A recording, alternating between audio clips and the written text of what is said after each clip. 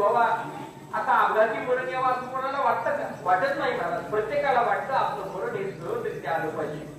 आणि सहजरित्या जर मरण यावं याकरता माणसानं जीवनामध्ये काहीतरी साहस केले पाहिजे आणि त्याकरता माणसानं सावध राहिलं पाहिजे. म्हणून विश्वमौली ज्ञानोबा म्हणतात, हे शरीर हे जाणार आहे. तुम्ही याच्या प्रक्रियेवरती, या शरीरावरती किती जरी खर्च केला तरी 100% या शरीरामध्ये बदल घडत असतात. त्यात तुम्ही आधी थांबू शकत नाही. आता सध्या पूर्वीच्या काळामध्ये लग्न सोहळा आला तर महिला मंडळ ब्युटी पार्लर मध्ये जायचे, नवे नवे घरातच मेकअप करायचे.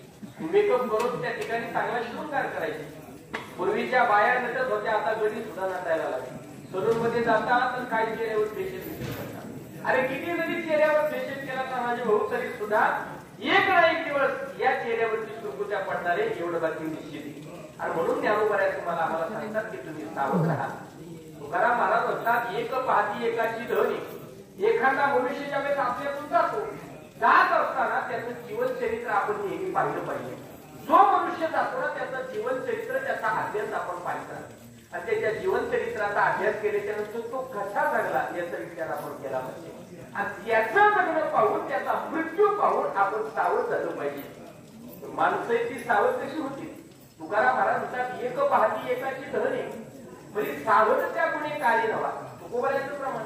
तुकाराम महाराज म्हणतात, एक मनुष्य दुसऱ्या माणसाला स्मशानात जळताना पाहतो पण तरी सुद्धा दुसरा माणूस सावध होत नाही. सगळ्यात मोठी मनुष्य लोकांची शोकांतिका आहे.